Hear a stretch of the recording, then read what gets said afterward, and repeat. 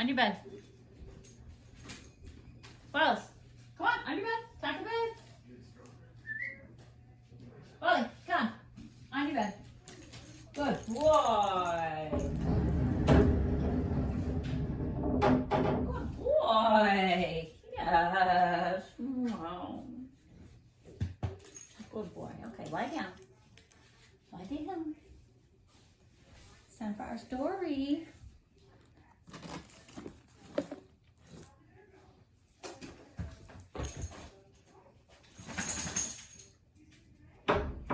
Wally, come on your bed. Come on, let's go. Wally, on your bed. Wally, on your bed. Come on. Good boy. Tonight we're going to read Dr. Seuss's Sleep Book.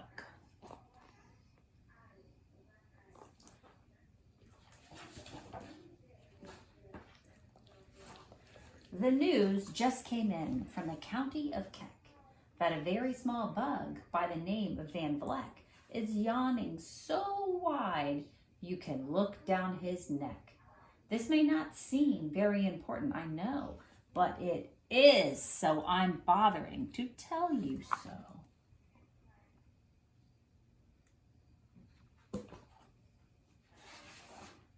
A yawn is quite catching, you see, like a cough. It just takes one yawn to start other yawns off. Now the news has come in that some friends of Van Vleck's are yawning so wide, you can look down their necks. At this moment, right now, under 7 more noses, great yawns are in blossom. They're blooming like roses.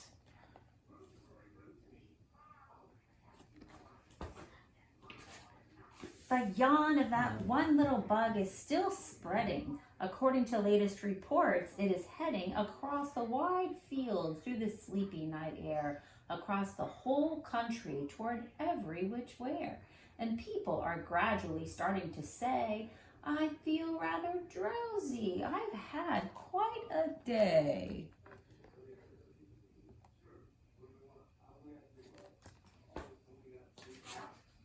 Creatures are starting to think about rest.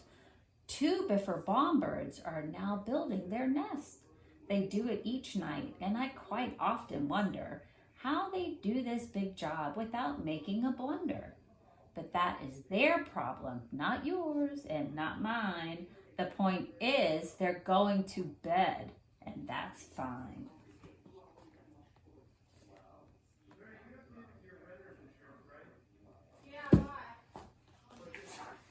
Sleep thoughts are spreading throughout the whole land. The time for night brushing of teeth is at hand. Up at Herkheimer Falls, where the great river rushes and crashes down crags in great gargling gushes, the Herkheimer sisters are using their brushes.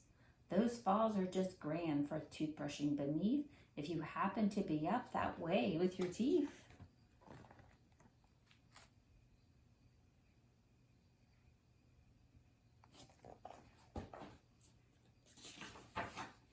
The news just came in from the castle of Krupp that the lights are all out and the drawbridge is up. And the old drawbridge drawer just said with a yawn, my drawbridge is broken and it's going to stay drawn till the milkman delivers the milk about dawn. I'm going to bed now, so nobody better come round with a special delivery letter.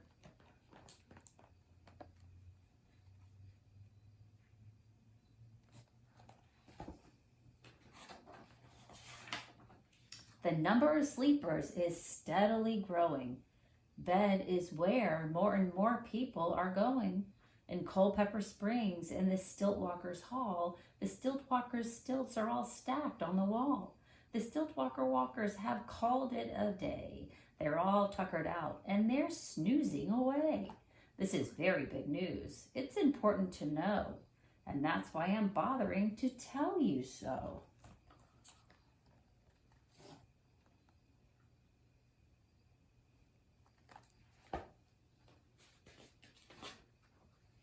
Way out in the west, in the town of Merced, the Hinklehorn Honking Club just went to bed.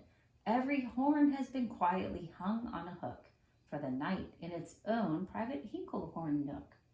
All this long happy day they've been honking about, and the Hinklehorn honkers have honked themselves out. But they'll wake up quite fresh in the morning, and then they'll start right in Hinklehorn honking again.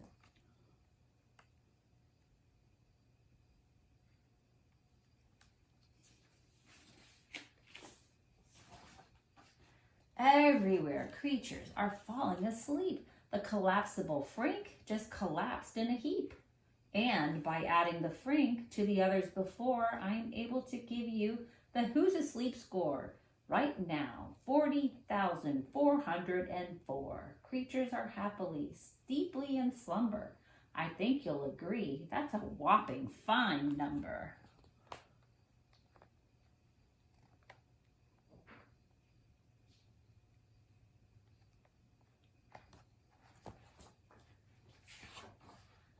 Counting up sleepers? Just how do we do it?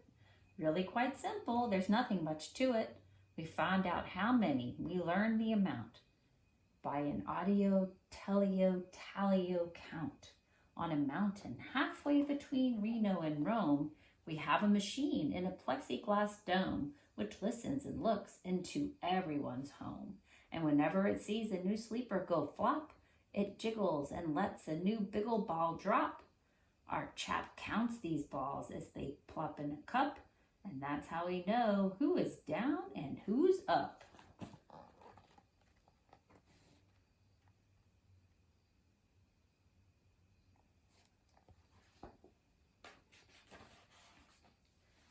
Do you talk in your sleep?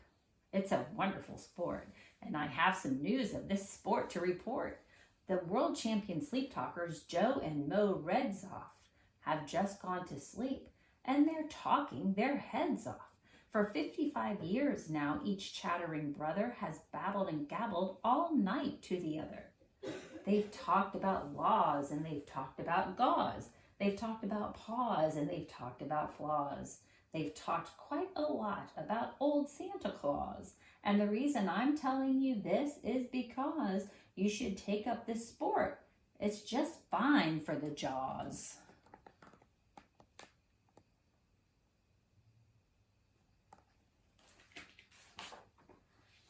Do you walk in your sleep? I just had a report of some interesting news of this popular sport. Near Finnegan's Finn, there's a sleepwalking group, which not only walks, but it walks a la hoop. Every night they go miles. Why they walk to such length that they have to keep eating to keep up their strength. So every so often one puts down his hoop, starts hooping, and does some quick snooping for soup. That's why they are known as the Hoop Soup Snoop Group.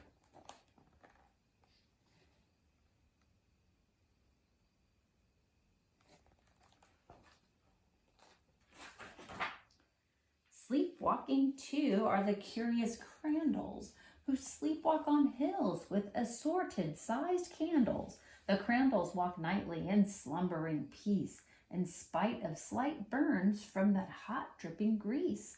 The crandalls wear candles because they walk far, and if they wake up, want to see where they are.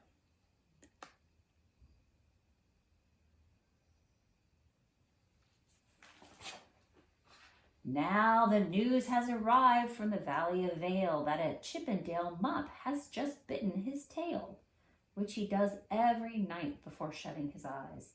Such nipping sounds silly, but really it's wise. He has no alarm clock, so this is the way he makes sure that he'll wake at the right time each day. His tail is so long he won't feel any pain till the nip makes the trip and gets up to his brain. In exactly 8 hours, the Chippendale mupp will at last feel the bite and yell, "Ouch!" and wake up.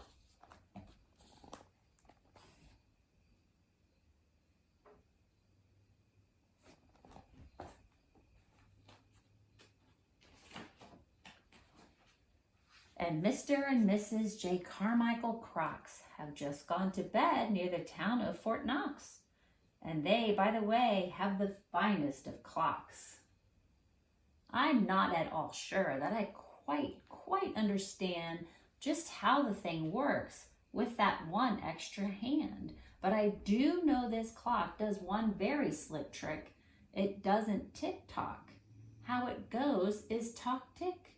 So with ticks in its talker and talks in its ticker, it saves lots of time and the sleepers sleep quicker.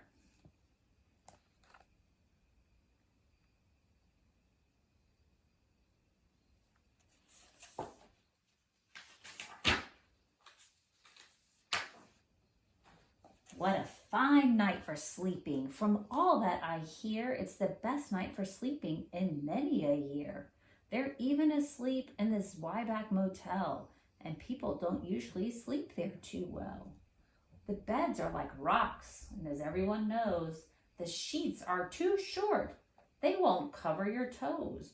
So, if people are actually sleeping in there, it's a great night for sleeping. It must be the air.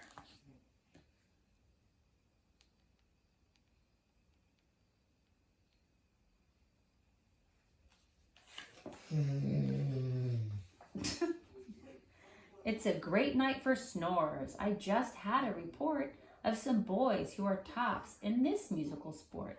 The snortiest snorers in all our fair land are Snorter McPhail and his Snore-a-Snort band. This band can snore Dixie and Old Swanee River, so loud it would make 40 elephants shiver. The loudest of all the boys is McPhail. He snores with his head in a 3-gallon pail. So they snore in a cave 20 miles out of town. If they snored closer in, they would snore the town down.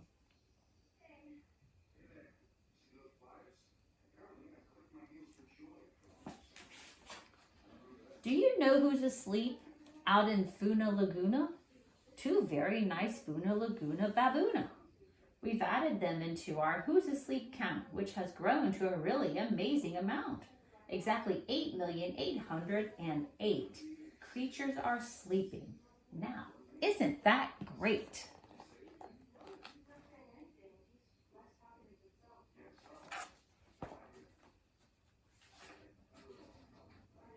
A Jed is in bed, and the bed of a Jed is the softest of beds in the world, it is said. He makes it from pom-poms he grows on his head, and he's sleeping right now on the softest of fluff, completely exhausted from growing the stuff.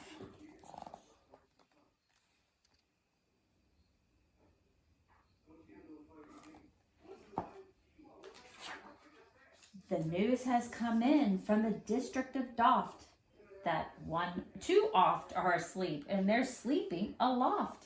And how are they able to sleep off the ground? I'll tell you. I weighed one last week, and I found that an oft is so light, he weighs minus 1 pound.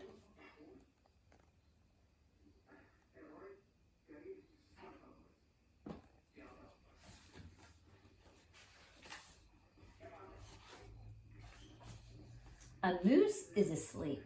He's dreaming of moose drinks. A goose is asleep. He's dreaming of goose drinks. That's well and good when a moose dreams of moose juice, and nothing goes wrong when a goose dreams of goose juice. But it isn't too good when a moose and a goose start dreaming they're drinking the other one's juice. Moose juice, not goose juice, is juice for a moose, and goose juice, not moose juice, is juice for a goose. So when goose gets a mouthful of juices of mooses, and moose gets a mouthful of juices of gooses, they always fall out of their beds screaming screams. So, I'm warning you now, never drink in your dreams.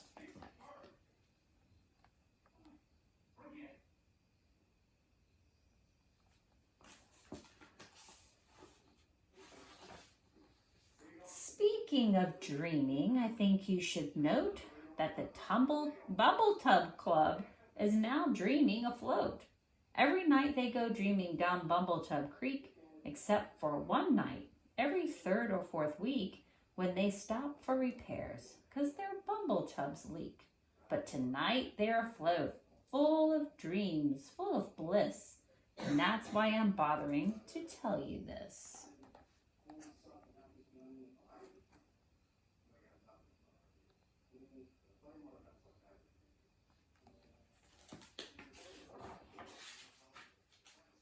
At the fork of the road, in the vale of Vavode, 5 foot-weary salesmen have laid down their load. All day they've raced around in the heat at top speeds, unsuccessfully trying to sell Zizzurzuff seeds, which nobody wants because nobody needs. Tomorrow will come, they'll go back to their chore. They'll start on the road, Zizzurzuffing once more. But tonight they've forgotten their feet are so sore. And that's what the wonderful nighttime is for.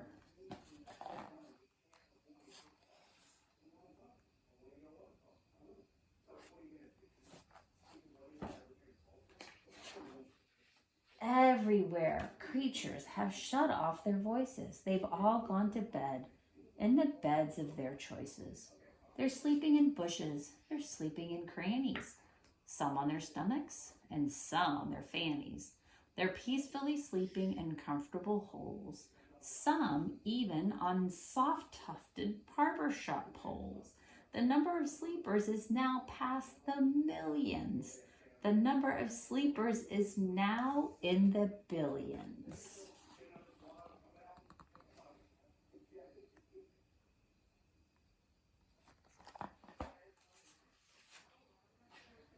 They're sleeping on steps and on strings and on floors and mailboxes, ships, and the keyholes of doors.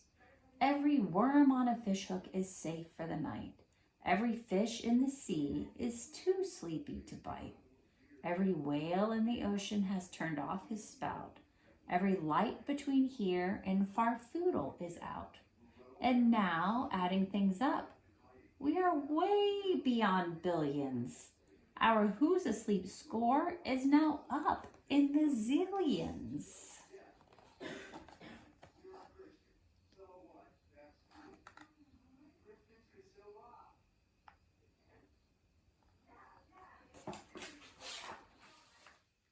$99 9,000,000,002 creatures are sleeping. So, how about you?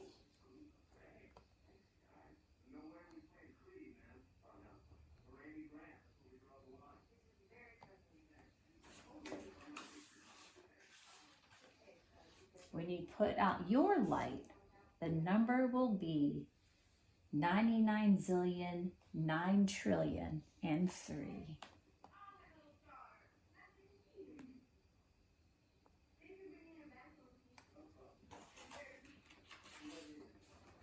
Good night.